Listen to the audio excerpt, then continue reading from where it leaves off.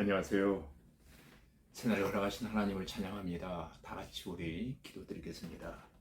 하나님, 허락하신 새날 새 아침, 말씀과 기도로 하루를 열어갈 수 있는 귀한 은혜 우리에게 허락하시오니 감사합니다.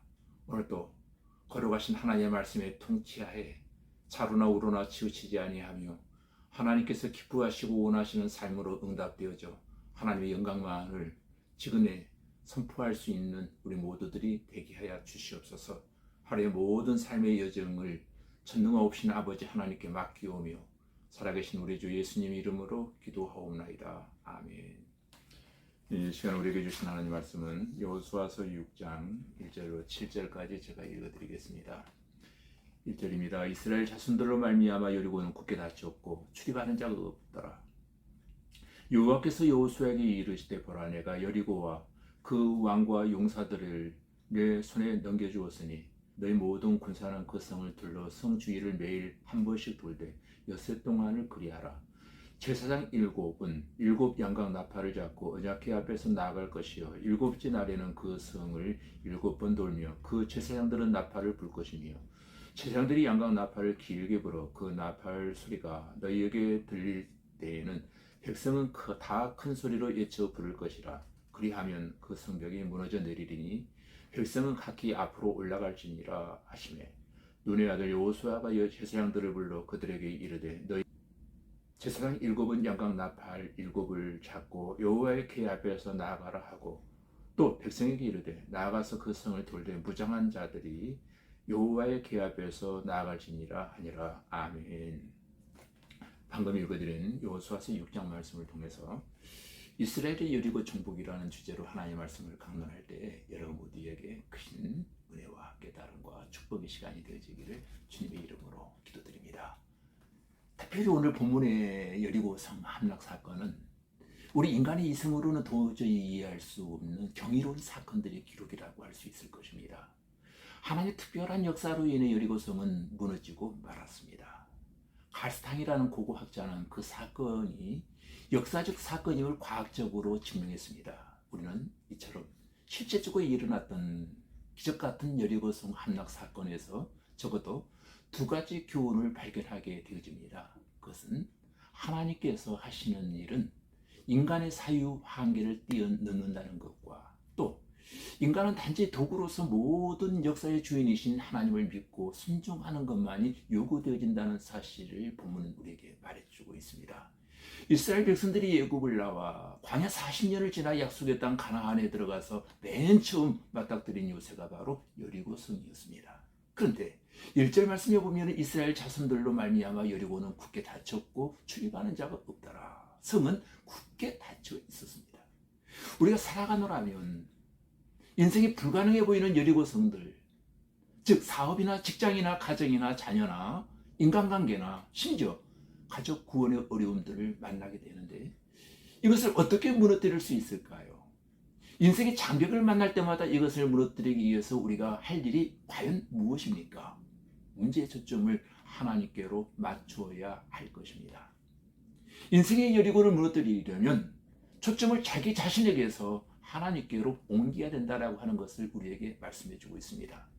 초점이 하나님께로 옮겨질 때 여리고성의 직면에 있는 이스라엘 백성들에게 하나님이 명령하십니다. 그 내용이 3절로 5절에 나와 있지요. 거기에 보면 하나님이 이스라엘 백성들에게 매일 성을 한 번씩 돌라고 명하셨습니다. 제사장들은 나팔을 잡고 언약궤 앞에서 행군하라고 또 하셨습니다. 그리고 제7일째 마지막 날에는 성을 7번 돌라고 명령하셨습니다. 그리고 마지막에 제사장들이 나팔을 불면 모든 백성이 다 함께 함성을 지르라고 명령하셨습니다. 이것은 상식적으로는 납득할 수 없는 이야기들입니다. 이스라엘 백성들은 매일 아침 눈을 뜨면서 여리고성 주위를 돌기 시작합니다. 입을 꼭 다물고 제사장들이 나팔 소리를 들으면서 헛개를 바라보고 성을 돌았습니다. 그리고 7일 동안 그 성 주위를 13번 돌아야만 했습니다. 하루가 지나고 이틀이 지나 사흘이 지났지만 아무런 일도 일어나지 않았습니다. 대개 상황이 이쯤 되면 백성들은 동요하기 시작합니다. 아무 일도 일어나지 않는 것을 보면서 실망하는 사람, 또는 분노하는 사람, 희망을 꺾는 사람, 여러 가지 사람들이 있을 수 있습니다. 그러나 참으로 다행인 것은 이스라엘 백성들은 한 사람도 포기하거나 의심하거나 불평하거나 낙심하지 않았다는 것입니다. 6일간 아무런 일이 일어나지 않았지만 그들은 끝까지 그 성을 돌았습니다. 참으로 놀라운 일이 아닐 수 없습니다. 바로 거기에서 여리고는 함락되고 말았던 것입니다.